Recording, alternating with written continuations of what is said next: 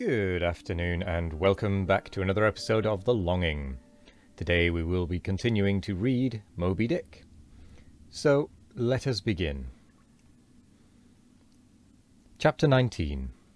The Prophet. Shipmates, have ye shipped in that ship? Queequeg and I had just left the Pequod and were sauntering away from the water, for the moment each occupied with his own thoughts, when the above words were put to us by a stranger, who, pausing before us, levelled his massive forefinger at the vessel in question. He was but shabbily apparelled in faded jacket and patched trousers, a rag of a black handkerchief investing his neck. A confluent smallpox had in all directions flowed over his face, and left it like the complicated ribbed bed of a torrent, when the rushing waters had been dried up. "Have ye shipped in her?" he repeated.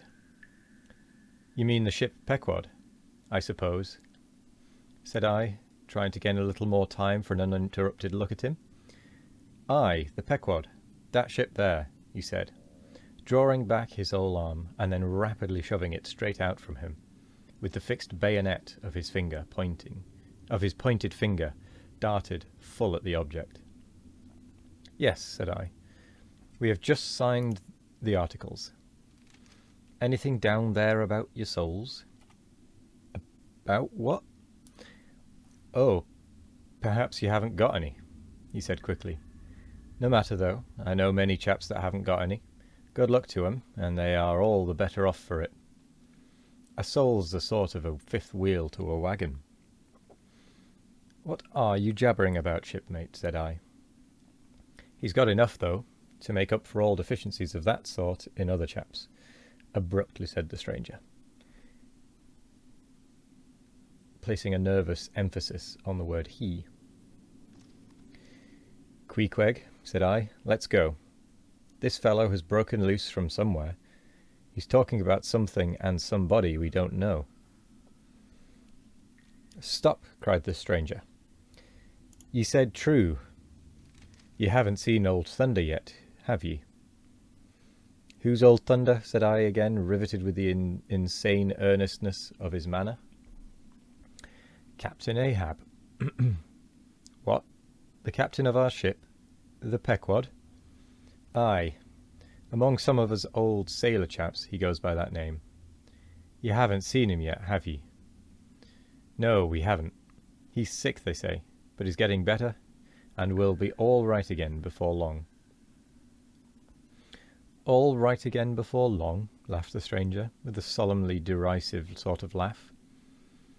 "Look ye, when Captain Ahab is all right, then this left arm of mine will be all right, not before." "What do you know about him?" "What did they tell you about him? Say that." "They didn't tell much of anything about him.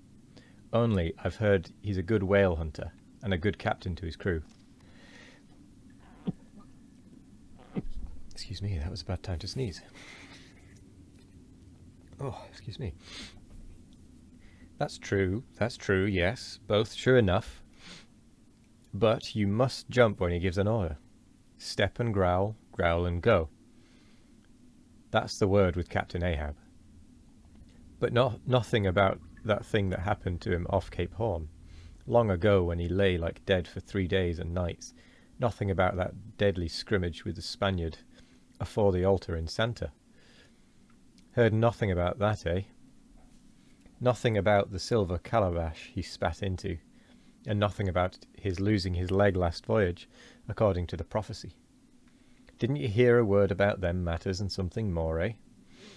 No, I don't think ye did. How could ye? Who knows it? Not all Nantucket, I guess. But, howsever, mayhap, you've heard tell about the leg, and how he lost it, aye? You have heard of that, I dare say. Oh yes, that everyone knows the most. I mean, they know he's only one leg, and that a Parmachetty took the other off." "My friend," said I, "what all this gibberish of yours is about, I don't know, and I don't much care for it. For for it seems to me that you must be a little damaged in the head.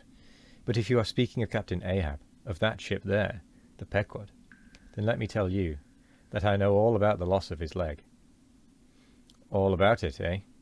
Sure you do? All? Pretty sure.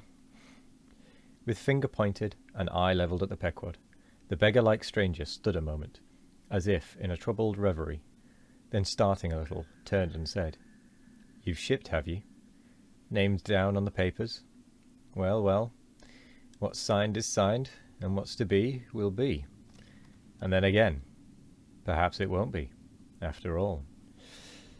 Anyhow, it's all fixed and arranged already, and some sailors or other must go with him, I suppose. As well these as any other men, God pity 'em. Morning to you, shipmates. Morning. The ineffable heavens bless ye. I'm sorry I stopped thee." "Look here, friend," said I. "If you have anything important to tell us, out with it. But if you are only trying to bamboozle us, you are mistaken in your game. That's all I have to say." And it's said very well, and I like to hear a chap talk up that way. You are just the man for him, the likes of ye. "Morning to ye, shipmates. Morning. Oh, when you get there, tell 'em I've concluded not to make one of 'em." "Ah, my dear fellow, you can't fool us that way. You can't fool us. It is the easiest thing in the world for a man to look as if he had a great secret in him." "Morning to ye, shipmates. Morning." "Morning it is," said I. "Come along, Queequeg, let's leave this crazy man. But stop. Tell me your name, will you?" "Elijah." "Elijah," thought I, and we walked away, both commenting, after each other's fashion, upon his ragged old sailor, and agreed that he was nothing but a humbug, trying to be a bugbear. But we had not gone perhaps above 100 yards, when chancing to turn a corner, and looking back as I did so, who should be seen but Elijah, following us, though at a distance. Somehow the sight of him struck me so, that I said nothing to Queequeg of his being behind, but passed on with my comrade, anxious to see whether the stranger would turn the same corner that we did. He did, and then it seemed to me that he was dogging us, but with what intent I could not for the life of me imagine. This circumstance, coupled with his ambiguous, half-hinting, half-revealing, shrouded sort of talk, now begat me in all kinds of vague wonderments and half-apprehensions, and all connected with the Pequod, and Captain Ahab, and the leg he had lost, and the Cape Horn fit, and the silver calabash, and what Captain Peleg had said of him when I left the ship the day previous, and the prediction of the squaw Tistig. I honestly don't know what that means. And the voyage we had bound ourselves to sail, and 100 other shadowy things. I was resolved to satisfy myself whether this ragged Elijah was really dogging us or not, and with that intent crossed the way with Queequeg, and on that side of it retraced our steps. But Elijah passed on, without seeming to notice us. This relieved me, and once more, and finally, as it seemed to me, I pronounced him in my heart a humbug. And with that, I think what we will do is we will put down the book for a few episodes. We're up to chapter 20. So we will read this one in the future. But for now, what we're going to do is we're going to do a little bit of exploring since it's been a while since we've left this cave. I have to move this carpet and now I can't move it back. Come on.